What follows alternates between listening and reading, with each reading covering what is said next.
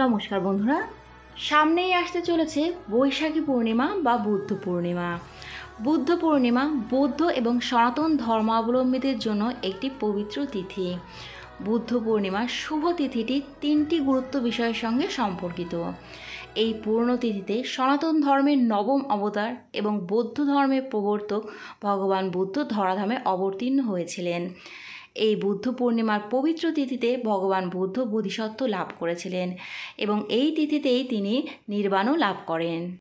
আজকের এই ভিডিও থেকে আপনারা জানতে পারবেন এবছর অর্থাৎ 2025 সালে বুদ্ধ পূর্ণিমা কবে পড়েছে, পূর্ণিমা তিথি কখন শুরু হবে এবং কখন শেষ হবে, কবে পূর্ণিমার নিশি পালন করা হবে, কোন দিন পূর্ণিমার ব্রত উপবাস করা হবে, শ্রী শ্রী সত্যনারায়ণ পুজো এবং গঙ্গা স্নানের শুভ সময় কখন থাকছে, মা লক্ষ্মীকে প্রসন্ন করে ভাগ্যোন্নতির জন্য এই দিন আপনারা কোন কাজগুলো করবেন, এছাড়াও বুদ্ধ পূর্ণিমার এই পুণ্যতিথিতে কোন জিনিস কেনা খুবই শুভ বলে মনে করা হয়।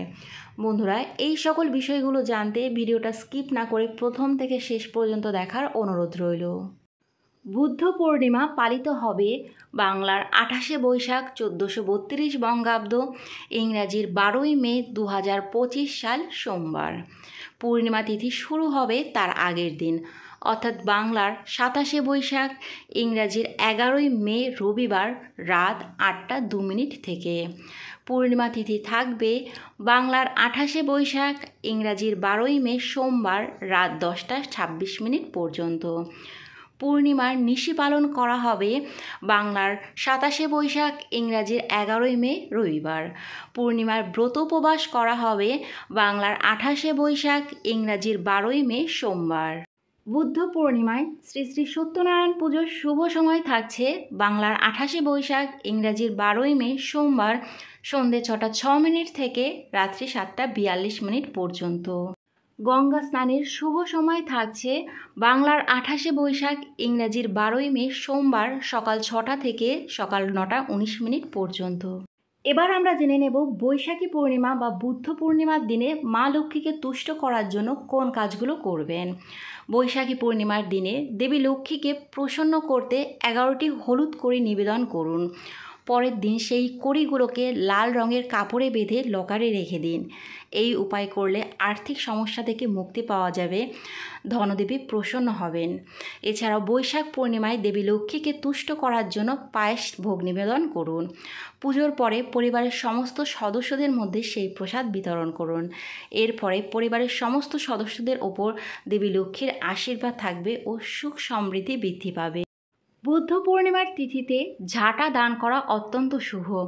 এই উপায়ে দেবী লক্ষ্মী প্রসন্ন হবেন, পাশাপাশি ব্যক্তিকে কখনো আর্থিক সমস্যার মুখোমুখি হতে হয় না। পরিশ্রমের পরেও সাফল্য লাভ করতে না পারলে এই পূর্ণিমায় কালো তেল দান করুন। এর ফলে কোনো সমস্যার মুখোমুখি হতে হবে না, এছাড়াও কাঙ্ক্ষিত ফলাফল লাভ করতে পারবেন।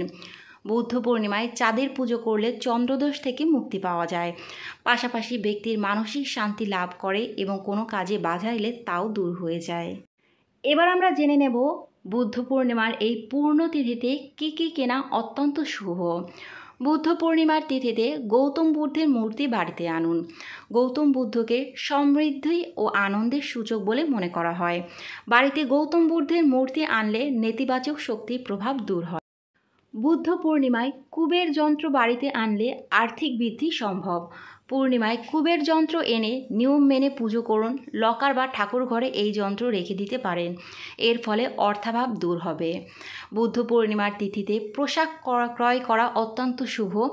এই দিন গোলাপি ও লাল রঙের পোশাক কেনা উচিত, কারণ এই রং দেবী লক্ষ্মীর অত্যন্ত প্রিয়। এই পূর্ণিমার তিথিতে একাক্ষী নারকেল বা একমুখী নারকেল এনে দোকানে বা টাকা রাখার স্থানে রেখে দিন।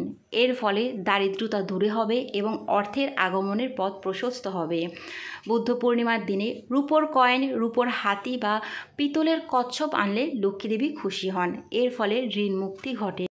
বন্ধুরা, আজকের ভিডিওটা এই পর্যন্তই। যদি ভালো লাগে লাইক কমেন্ট করবেন। পরবর্তী ভিডিওর আপডেট পাওয়ার জন্য চ্যানেলটি সাবস্ক্রাইব করে পাশে থাকবেন। নমস্কার।